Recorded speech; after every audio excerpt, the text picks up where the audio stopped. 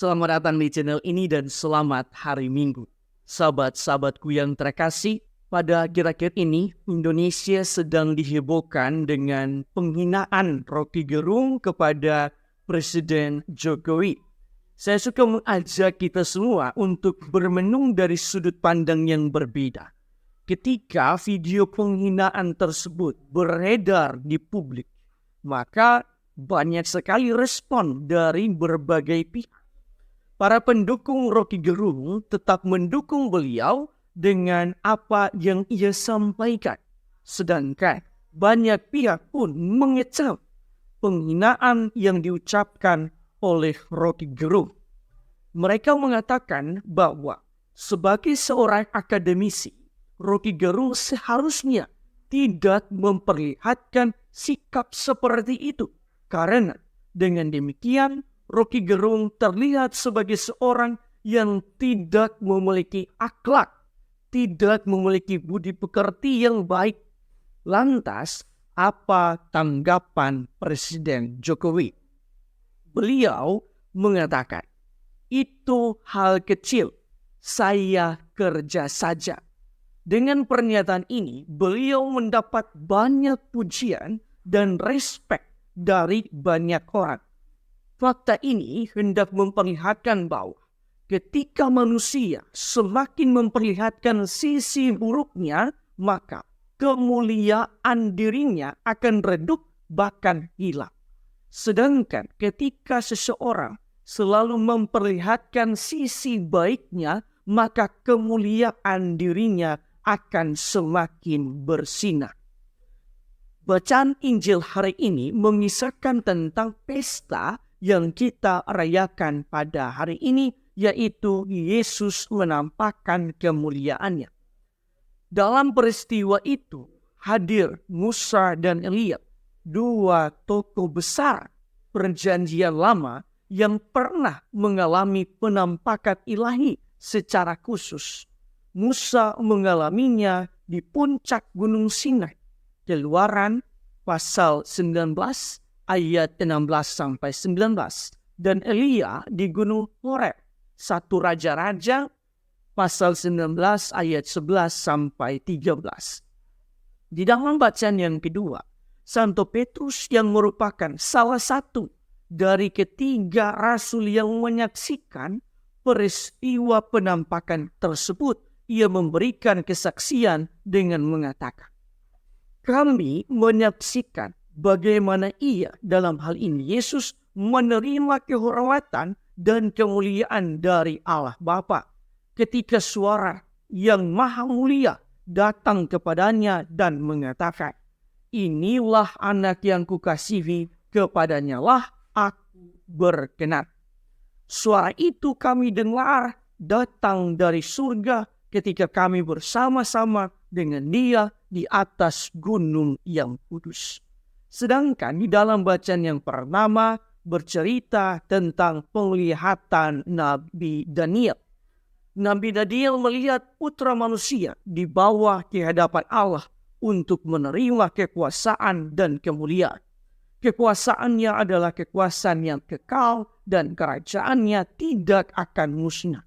Maka layaklah setiap orang dari segala bangsa percaya dan mengabdi kepadanya, sehingga mereka diperkenankan untuk ikut serta di dalam kemuliaannya itu. Sahabat-sahabatku yang terkasih, berdasarkan perayaan hari ini dan bacaan-bacaan hari ini, marilah kita merenungkan sejumlah remah permenungan. Pertama, di dalam bacaan Injil kita menyaksikan 3 orang dengan pakaian kemuliaan. Kemuliaan Yesus tentunya berasal dari ketuhanannya dan juga ketaatan terhadap kehendak Allah terhadap dirinya. Sedangkan pakaian kemuliaan Musa dan Elia berasal dari ketaatan mereka terhadap semua kehendak Allah yang telah mereka jalankan selama kehidupan mereka. Dalam arti tertentu, kemuliaan mereka berasal dari ketaatan, kebajikan, kualitas hidup yang begitu mulia di hadapan Allah. Karena itu, setiap manusia pasti memiliki kemuliaan dirinya. Jika ia mampu meningkatkan kualitas hidupnya di hadapan Allah yang terwujud di dalam cinta, moral atau akhlak dan kebaikan kepada sesama. Kalau hidup kita hanya dihiasi dengan makian, kejahatan, kebencian, dendam, amarah, dan lain sebagainya, maka kemuliaan yang kita miliki akan redup bahkan hilang dari diri kita.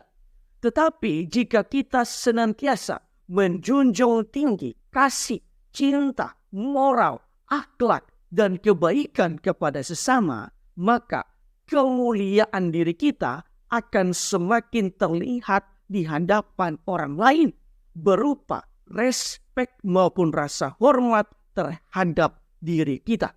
Kedua, di akhir Injil Allah mengatakan, inilah anak yang kukasihi, dengarkanlah dia. Itu artinya untuk menjadi anak yang dikasihi oleh Allah, maka kita patut mendengarkan Yesus. Mendengarkan Yesus berarti kita belajar dari Yesus. Kita berusaha menyerupai Yesus di dalam segala dimensi kehidupan. Sederhananya, kita harus seperti Yesus yang setiap harinya berjalan dan berbuat baik kepada siapa saja yang ia jumpai. Dengan cara seperti itu, maka kita akan menjadi pribadi yang terhormat, menjadi pribadi yang dihormati, dan pada titik itulah kemuliaan pribadi kita akan semakin bersinar di tengah-tengah dunia.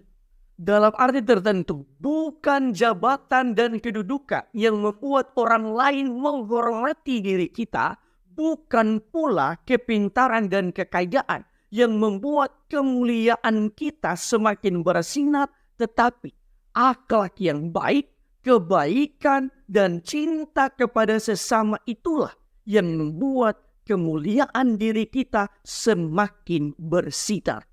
Ketiga, di dalam bacaan yang kedua, dengan mulutnya Santo Petrus mewartakan dan memberikan kesaksian tentang kemuliaan Yesus di atas Gunung Tabor. Oleh karena itu, marilah kita belajar dari Santo Petrus untuk membiasakan diri menggunakan mulut sebagai alat pewartaan hal-hal yang baik. Sebab mulut tidak diciptakan untuk mengumpat atau menghina orang lain, tetapi mulut diciptakan untuk mengatakan kata-kata yang baik dan benar, bijak, serta memberkati banyak orang. Tuhan memberkati kita semua.